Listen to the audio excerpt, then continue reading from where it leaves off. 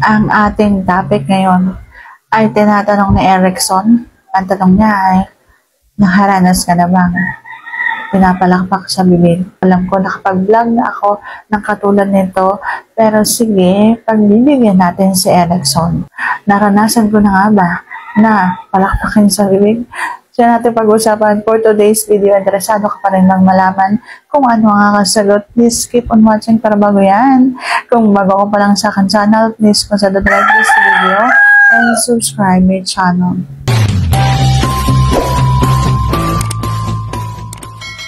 Wala nang paligoy-ligoy pa, ang sagot ay oo, naranasan ko na palakpakin.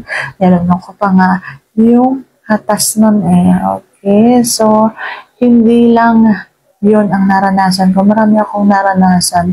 At kung ikaw ay isa sa taga-subaybay ng aking vlog mula pa noon, so alam mo na kung ano yung mga naranasan ko at mga hindi ko pa naranasan.